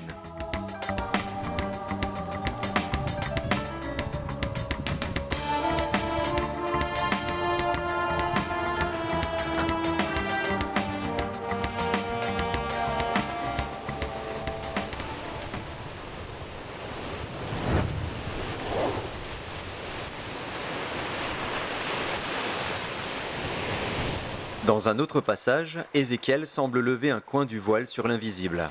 Au chapitre 28, il écrit « Dis au prince de Tyr, ton cœur s'est élevé, et tu as dit « Je suis Dieu ».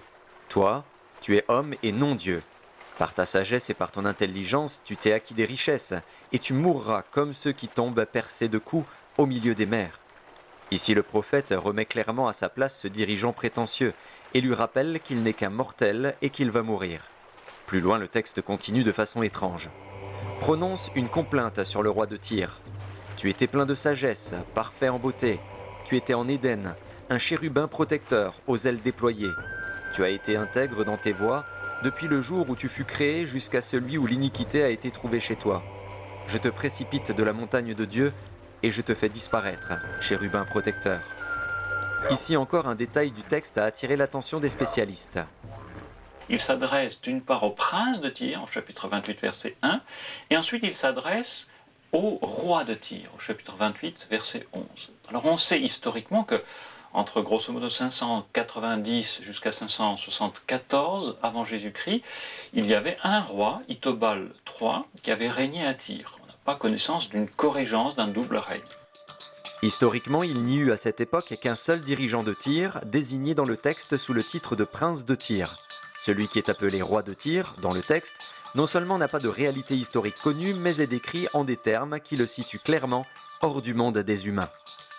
On pourrait voir dans cette espèce de double annonce comme une sorte de procédé littéraire où le visage du prince de Tyr se transforme peu à peu en masque pour présenter le roi de Tyr, comme si le prophète remontait du pouvoir visible à un degré plus haut, au pouvoir invisible qui se cacherait derrière la réalité physique. La terminologie utilisée montre le caractère surnaturel de ce personnage. Tu étais, en Éden, le jardin de Dieu. Tu étais un chérubin protecteur aux ailes déployées. Je te précipite de la montagne de Dieu et je te fais disparaître, chérubin protecteur. On a au Louvre la stèle d'Eannatum, un roi sumérien, un roi de Lagash, qui donc présente les exploits de ce roi, et ça date de 2450 avant Jésus-Christ, donc c'est bien plus ancien que la prophétie sur Tyr. On a une phase historique, où on a les exploits du roi Eannatum, etc., comment il a conquis, comment il a eu la victoire sur ses ennemis. Et l'autre face, dite mythologique, présente le dieu Ningirsu, la divinité tutélaire, la divinité de ce roi Eannatum, qui combat en même temps les ennemis d'Eannatum. C'est comme si le combat physique correspondait en même temps à un combat spirituel, et le dieu de Ningirsu était plus fort. Tyr fut dirigé au plan humain par un homme doté de grandes capacités militaires et commerciales, mais le texte biblique mentionne clairement derrière ce dirigeant une entité spirituelle qui poussait la population au culte des démons. Par les rites occultes et le paganisme qui imprégnaient sa vie quotidienne, ce grand port phénicien fut la tête de pont d'une influence considérable sur le pourtour méditerranéen. Grâce à Ézéchiel, c'est donc toute la scène qui s'éclaire. Et vu la précision de ce qu'il prédit, on ne peut guère le taxer de rêveur mystique. C'est vrai qu'à notre époque rationnelle, ça sonne plutôt bizarrement. Pas tant que ça. Les théologiens expliquent que l'homme est d'abord un être spirituel. Ce n'est peut-être pas politiquement correct, mais il faut avouer qu'aujourd'hui, on n'arrête pas de parler de spiritualité. Vous pensez que les gens y croient? Bien sûr, mais il ne faut pas le dire. Aujourd'hui, on consulte son thème astral ou une voyante sur l'ordinateur ou le smartphone, et personne ne le voit. Ça paraît high-tech, mais la croyance est exactement la même qu'à Babylone. Dans un autre registre, des foules d'ingénieurs ou de managers archi-diplômés participent à des séances organisées dans le cadre de leur entreprise. On leur parle de certaines énergies qui n'ont pas vraiment de réalité physique, de sensibilité extrasensorielle, etc. Puis il y a les films et même des séries TV entières qui sont consacrées aux phénomènes paranormaux. Et même au sein de la communauté scientifique, certains n'hésitent plus à évoquer l'existence d'autres réalités. Mais alors, rien n'a changé. Ce qui a changé, c'est le vocabulaire, l'emballage. Mais en réalité, des millions de personnes croient au monde surnaturel ou se posent de vraies questions à son sujet, mais sans l'avouer. Ce que vous voulez dire finalement, c'est qu'il y aurait des entités qui influençaient le monde antique et qui agiraient encore aujourd'hui? Mais soyons logiques, de deux choses l'une. Soit ces entités, ces esprits, n'existent pas plus hier qu'aujourd'hui. Soit elles ont existé et il n'y a aucune raison qu'elles aient disparu. Ce qui est frappant dans la Bible, c'est qu'elle en a toujours parlé très simplement, sans raconter n'importe quoi, mais sans les cacher non plus. Les biblistes citent aussi un autre texte classique. Vous vous souvenez d'Ésaïe qui a annoncé la destruction de Babylone. Tu prononceras cette sentence contre le roi de Babylone. Tu es tombé du ciel, astre brillant, fils de l'aurore. Tu es abattu à terre, toi, le dompteur des nations. Tu disais, je monterai au ciel, je serai semblable au Très-Haut. Mais tu as été précipité dans le séjour des morts au plus profond d'une fosse. Cette sentence fut prononcée par Ésaïe, à une autre époque, et décrivait le même type de réalité. Le roi de Babylone, Nabopolassar ou son successeur Nabuchodonosor furent associés à des êtres vivants hors du temps humain et appartenant au monde des esprits. Ésaïe dévoila lui aussi l'entité cachée qui avait dominé Babylone et influencé tout l'Empire. Quand on commence à prendre conscience de la réalité de ces influences, ce qui frappe généralement, c'est qu'on réalise tout à coup que ce genre d'esprit peut exercer une influence à Babylone, Rome ou Athènes, mais aussi à Paris, Berlin ou Washington. Et puisqu'un esprit ne meurt pas, il peut agir sur un peuple à un moment donné et se manifester 3000 ans plus tard, ailleurs sur la planète. Et on n'a pas vraiment de moyen de savoir ce qui se passe. La seule source écrite qui ait fait ses preuves, c'est le texte biblique. En dehors, c'est plutôt le règne de la spéculation et de l'imagination. Et ça nous incite à réfléchir. Par exemple, quand un Cyrus ou un Nabuchodonosor parle de ce qui l'a poussé à agir, ça pousse à la réflexion. Aujourd'hui, il y a des chefs d'État qui font appel à des considérations religieuses ou philosophiques. Est-ce la même chose? Ça peut arriver. J'ai déjà cité Hitler, qui reste un cas extrême de haine meurtrière, et il faudrait y revenir. Mais tout n'est pas aussi visible ou aussi brutal. Il existe des hommes qui font des carrières politiques parce qu'ils estiment réellement avoir un destin, une sorte de mission à accomplir. Mais encore une fois, ça n'exclut pas les autres facteurs comme la culture familiale, politique ou les expériences de la vie. Mais c'est peut-être aussi juste un discours. C'est vrai. C'est d'ailleurs très à la mode chez nos dirigeants actuels. Mission, destin. C'est vrai que certaines expressions ont parfois une connotation mystique. Notez que ça ne touche pas que les rois autrefois ou les dirigeants politiques actuels. Certains se sentent investis d'une véritable mission dans le milieu artistique, littéraire ou même sportif. Ces gens-là aussi influencent la société. Donc la manipulation spirituelle dont vous parlez ne touche pas que les dirigeants. Manipulation est un terme un peu fort. Je parlerai plutôt d'influence. Mais une influence est suffisante. On sait parfaitement qu'il existe au plan politique des hommes de l'ombre, des conseillers, des éminences grises. Et on peut supposer que c'est vrai également au niveau spirituel. Il faudrait revisiter toute l'histoire et regarder de près les motivations irrationnelles des dirigeants. Certains historiens ne nous ont pas attendus et ils le font déjà dans une certaine mesure. Mais pour vraiment décrypter l'histoire, les révélations des prophètes nous donnent un regard qu'on ne trouve nulle part ailleurs. Un dernier exemple de texte du mémoire, dans le livre de Daniel. Daniel était aussi un prophète. Oui, et qui mériterait qu'on s'y intéresse en détail. Ici, Daniel a prié Dieu de lui faire comprendre une situation. Et il est resté dans le jeûne, c'est-à-dire sans manger, pendant 3 semaines entières. C'est alors qu'un ange lui est apparu. L'ange me dit, Daniel, sois sans crainte, car dès le premier jour où tu as eu à cœur de comprendre et de t'humilier devant ton Dieu, tes paroles ont été entendues. Mais le chef du royaume de Perse m'a résisté 21 jours. Je suis venu maintenant pour te faire comprendre ce qui doit arriver à ton peuple dans les temps à venir. » C'est étrange, n'est-ce pas? L'ange déclare à Daniel que dans le monde invisible, un certain chef de la Perse s'est opposé à lui pendant un temps. Daniel en parle donc lui aussi tout à fait ouvertement. Et est-ce qu'aujourd'hui, un pays ou une région du monde pourrait être influencé par une entité invisible? Pourquoi pas? C'est certainement le cas, ce qui ne veut pas dire que nos dirigeants sont des marionnettes, évidemment. La Bible rapporte quantité d'événements surnaturels impressionnants tels que l'ouverture de la mer, des tremblements de terre, des hommes frappés de cécité, de lèpre ou de mort, l'apparition de chars de feu et d'anges, des hurlements de démons ou les chants célestes des anges. Il mentionne également de nombreuses guérisons et miracles individuels. Les êtres invisibles décrits ne sont pas frappés par la mort physique.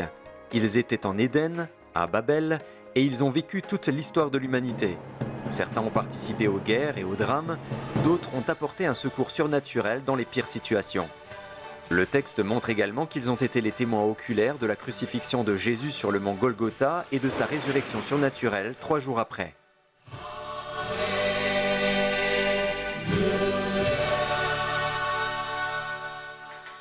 L'avenir reste toujours ouvert, surtout au niveau personnel.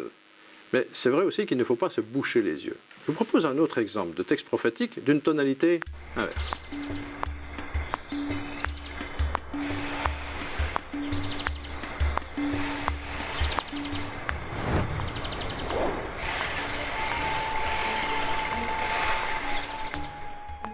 Après 4 siècles d'esclavage en Égypte, l'Exode, puis une quarantaine d'années dans le désert, le peuple d'Israël s'établit en Canaan, bande de terre comprise entre le Jourdain et la Méditerranée.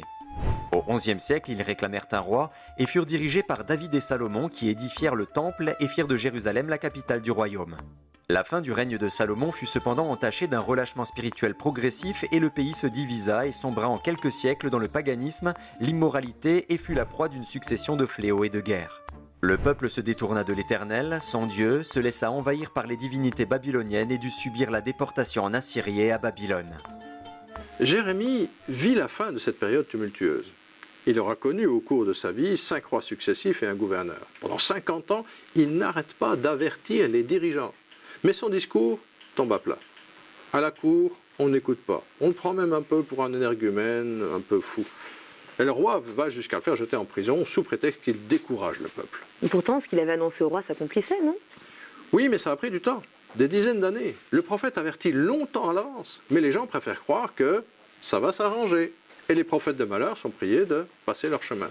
On l'a même accusé d'ailleurs d'être un collaborateur de l'ennemi. Et qu'est-ce qui s'est passé? À son niveau personnel, il a vécu la prise de Jérusalem. Il a été fait prisonnier avec les captifs. On sait qu'il a terminé sa vie quelque part en Égypte, mais on n'a pas de détails. Ce qui est très intéressant pour nous, c'est que ce prophète avait vu plus loin. Il a vu le futur? Exactement. Il a annoncé des événements extraordinaires. C'est pourquoi voici que les jours viennent, oracle de l'Éternel, où l'on ne dira plus « L'Éternel est vivant, lui qui a fait monter les Israélites du pays d'Égypte ». Mais on dira « L'Éternel est vivant, lui qui a fait monter les Israélites du pays du Nord et de tous les pays où il les avait bannis. Je les ramènerai sur leur territoire que j'avais donné à leur père. » Pourquoi est-ce que cette prophétie était impossible? Premier point, il faut se souvenir qu'à l'époque, Babylone dominait le monde et dirigeait l'histoire. Et c'est là que les Juifs étaient en captivité. Parler d'un futur, d'échapper à cette puissance colossale et de revivre en Israël, ça n'avait aucun sens. La réalité concrète, c'est que les Juifs allaient vivre intégrés à une autre nation. Israël, comme nation, était au bout de sa trajectoire historique, c'était fini. Deuxième point, la prophétie ne parle pas d'un seul pays d'où les Juifs étaient censés revenir, mais de plusieurs. Ce qui laissait supposer que la déportation serait suivie d'une dispersion des Israélites dans plusieurs pays. Donc une situation encore pire, une dissémination du peuple qui rendait encore plus impossible la reconstitution d'une nation. Et effectivement, les Juifs se sont dispersés au cours des siècles sur toute la planète. Il n'existe pas d'exemple historique d'une nation qui aurait été déportée puis disséminée et qui se serait reconstituée plus tard. Vous connaissez ce texte de Jean-Jacques Rousseau. Mais un spectacle étonnant et vraiment unique est de voir un peuple expatrié n'ayant plus ni lieu ni terre depuis près de 2000 ans, dispersé sur la terre, asservi, persécuté, méprisé de toutes les nations, conserver pourtant ses coutumes, ses lois, ses mœurs, son amour patriotique. Les lois de Solon, de Numa, de Lycurgue sont mortes. Celles de Moïse est bien plus antique et vivent toujours. Athènes, Sparte, Rome ont péri et n'ont plus laissé d'enfants sur la terre. Sion, Jérusalem, détruite n'a pas perdu les siens, ils se conservent, ils se multiplient, s'étendent par tout le monde et se reconnaissent toujours, ils se mêlent chez tous les peuples et ne s'y confondent jamais. Ils n'ont plus de chef et sont toujours un peuple, ils n'ont plus de patrie et sont toujours citoyens. Autre détail, dans sa prophétie, Jérémie dit que le retour des Israélites sera un miracle, comme lors de la sortie d'Égypte avec Moïse. Autrement dit, un retour impossible, mais qui se produira tout de même. Que s'est-il passé depuis cette prophétie ? Ce que les Israélites ne pouvaient imaginer, c'est qu'après leur déportation à Babylone et le saccage du temple, leur nation ne retrouverait plus jamais l'indépendance. Certains purent revenir sur leur terre, mais ils furent toujours sous domination étrangère. Israël connut l'invasion perse, puis passa sous le contrôle de la puissance grecque avant de devenir province romaine.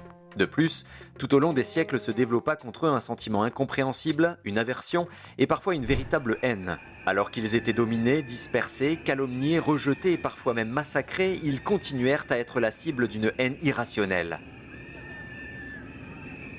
Dans la Bible, on voit à l'époque de la reine Esther, donc on est en 470 avant Jésus-Christ, qu'à cette époque-là, il y a eu un décret qui demandait d'anéantir ce peuple parce qu'il ne voulait pas suivre les directives d'adorer un dieu païen. Et donc cela a déclenché ce désir d'anéantir ce peuple. Mais Dieu est intervenu et on connaît la fin de l'histoire. À l'époque romaine, Israël ne fut plus qu'une province administrée par un roi, comme Hérode, ou un district administré par un préfet, comme Ponce Pilate. Ce fut l'époque du Nouveau Testament et de Jésus, époque qui s'acheva en 70 par la destruction de Jérusalem et du Temple, par les armées du général Titus. À l'époque romaine, il y a l'historien Tacite qui va écrire notamment, et je cite, « Les pratiques des Juifs sont bizarres et sordides ». Et il va aussi dire que ce sont des gens fainéants puisqu'ils décident de ne pas travailler le jour du Shabbat. Après les Sassanides d'Iran, puis les Byzantins, ce furent les musulmans après la venue de Mahomet. Au Moyen-Âge, Jérusalem fut dirigée par les croisés, puis conquise en 1516 par Soliman le Magnifique et intégrée à l'Empire ottoman jusqu'au mandat britannique de 1917. 25 siècles après la prophétie de Jérémie, après tant de malheurs et d'humiliations, le XXe siècle fut témoin du paroxysme de la haine contre les Juifs, peuple sans terre, dispersé, pourchassé et voué à l'extermination par les nazis et leur solution finale. Et si on revient en arrière, à l'époque romaine, il est intéressant de mentionner une prophétie de Jésus. Une prophétie de Jésus concernant les Juifs ? Exactement. Ou plutôt concernant le temple des Juifs. Ce temple existait depuis 1000 ans, depuis l'époque de Salomon. Il avait subi des dommages et des réparations, mais il subsistait et les Juifs venaient y prier. Que dit cette prophétie ? Jésus était sur la colline des Oliviers, face au temple de Jérusalem. Il fit à ses disciples une déclaration fracassante concernant les bâtiments du temple. « Vous voyez tout cela, leur dit-il. Il n'en restera pas, pierre sur pierre, qui ne soit renversé. » Les biblistes ont observé que cette parole apparemment surprenante était dans la droite ligne de celle des prophètes Ésaïe ou Jérémie, qui avaient annoncé 6 siècles auparavant le rejet d'Israël. Le temple, dernier vestige visible qui reliait Israël à son Dieu, allait devoir disparaître lui aussi. On peut comprendre que les disciples, comme beaucoup de Juifs de l'époque, attendaient un Messie libérateur, et certains espéraient secrètement que c'était Jésus qui allait mettre les Romains dehors et restaurer l'autorité d'Israël. Et lui, il leur prédit exactement le contraire. Il leur confirme en fait ce que les prophètes avaient dit. Le rejet d'Israël doit aller jusqu'à son terme, et même le temple doit disparaître. Ça a dû être un coup de massue. Les disciples ont été à rude école. Jésus leur parlait sans détour, du royaume de Dieu, de la justice ou de l'éternité.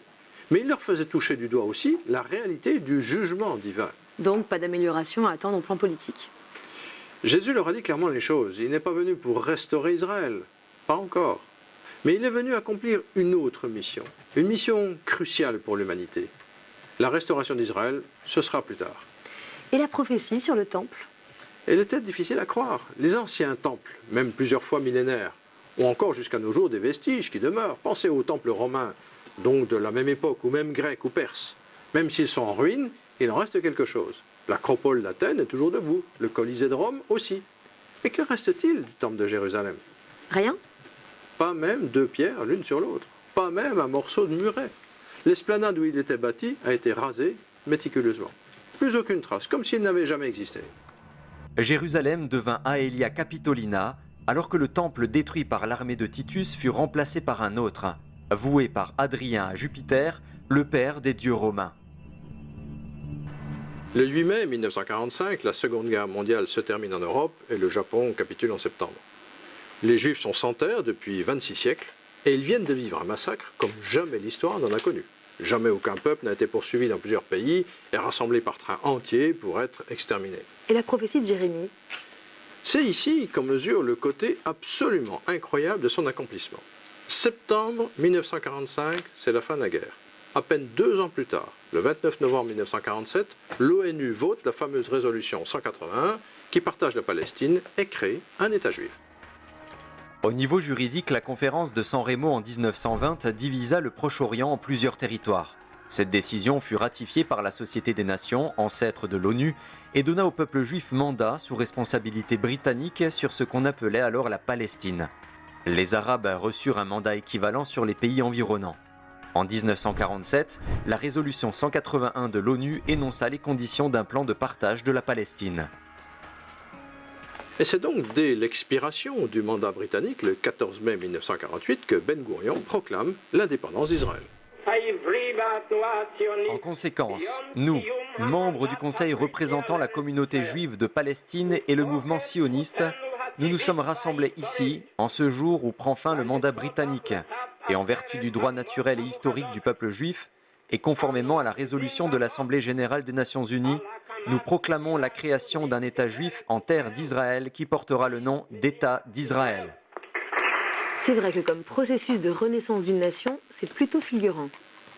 Et dès le lendemain, c'est la guerre. Les pays arabes environnants veulent détruire dans l'œuf cette nation naissante. Souvenez-vous que le pays n'est pas encore organisé. L'armée, ce sont des immigrés, très peu formés, mal armés, et pour une partie d'entre eux, des hommes rescapés des camps de la mort. Pourtant, Israël va gagner cette guerre. Ça paraît surréaliste. Oui. Puis en 1967, une nouvelle guerre éclaire, la guerre des 6 jours. Israël gagne du terrain, retrouve l'accès à Jérusalem-Est, autrement dit, la vieille ville, l'emplacement de l'ancien temple disparu. Octobre 73, nouvelle guerre, contre l'Égypte cette fois, qui aboutit à un accord de paix avec l'Égypte, après de longues négociations, les fameux accords de Camp David en septembre 78. L'Égypte aussitôt est exclue de la Ligue arabe, et Sadat est assassiné. Toujours la même haine. Et pourtant, la prophétie se réalise. C'est incroyable, n'est-ce pas? Jérémie est mort depuis plus de 2000 ans, mais sa prophétie est devenue un fait historique, indéniable. Et ici encore, les spécialistes ont noté un détail surprenant dans la prophétie, une mention explicite du pays du Nord. Je me souviens, en 1985, je parlais avec de la famille, ici en Israël, et je disais déjà qu'il y aurait l'accomplissement d'une prophétie biblique, et selon laquelle les Juifs du RSS viendront par dizaines de milliers en Israël, et ça a provoqué des moqueries et des rires. On me prenait à l'époque pour un illuminé, quand on me disait mais c'est pas possible, tu sais très bien qu'il y a le rideau de fer, et donc c'est pas possible que les Juifs viennent en Israël. Dès 1827, le tsar Nicolas Ier avait contraint les Juifs à s'engager dans l'armée russe pendant 25 ans, longue période au cours de laquelle on les forçait à se convertir au christianisme. Des centaines de pogroms contraignirent de nombreuses familles à fuir la Russie. Plus tard, en dépit des dangers et en pleine guerre froide entre les USA et l'URSS, des familles juives réussirent à s'enfuir pour gagner la terre de leurs ancêtres. Avec Gorbatchev et sa perestroïka, puis la chute du mur de Berlin en 1991, les portes du monde soviétique s'ouvrirent et des centaines de milliers de juifs russes vécurent un nouvel exode. Certains firent des rêves surnaturels qui les décidèrent à tout quitter et retourner sur leur terre ancestrale. Aujourd'hui, ils sont des millions à avoir regagné leur terre, repeuplant l'antique terre d'Israël. Cette prophétie de Jérémie s'est accomplie en partie, puisque déjà depuis 1948 sont venus déjà plus de 6 millions de juifs jusqu'à nos jours, plus d'1,5 million qui viennent des pays du Nord, des pays russophones. La résurrection de cette nation fut un cas unique.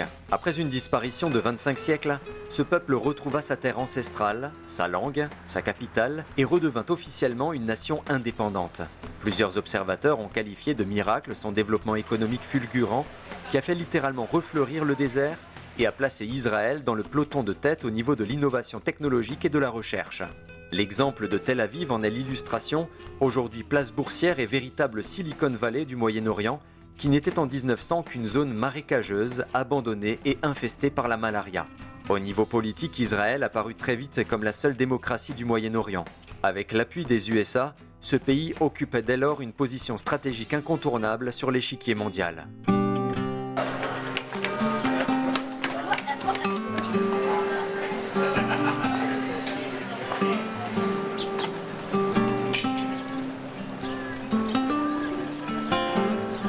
Ce destin si étrange fait qu'on les admire ou qu'on les hait.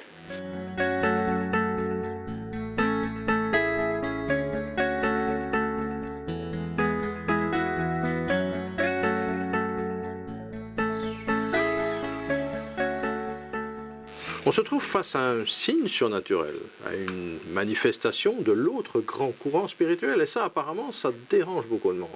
Par contre, j'imagine que ça ne veut pas dire qu'il faut idolâtrer Israël ou chercher à imiter ce qu'il vit.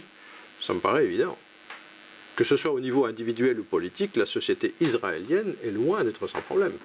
Il y a des inégalités, des problèmes sociaux, une multitude de partis rivaux, etc. D'ailleurs, les prophètes, si on regarde bien, ont toujours dénoncé très crûment les défauts de leurs propres compatriotes. Mais on est bien obligé de reconnaître qu'il y a dans ce peuple quelque chose de très spécial. Aujourd'hui, les spécialistes de la Bible continuent à attirer l'attention sur les prophètes hébreux et l'éclairage qu'ils apportent sur l'histoire humaine. À cet égard, les trajectoires de Babylone, Tyr ou Israël apparaissent comme de véritables messages universels.